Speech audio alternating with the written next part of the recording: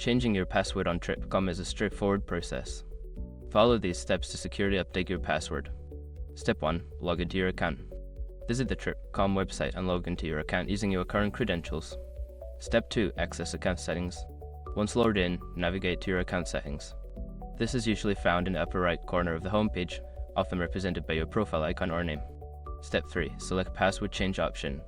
In the Account Settings menu, look for the option labeled Change Password or Security Settings. Click on this option to proceed. Step 4. Enter current and new password. You will be prompted to enter your current password followed by your new password. Make sure your new password meets the required criteria for security. Step 5. Save changes. After entering the necessary information, click on the Save or Update button to finalize the changes. You should receive a confirmation that your password has been successfully changed. Now you can log in with your new password. Remember to keep your password secure and consider updating it regularly for added security.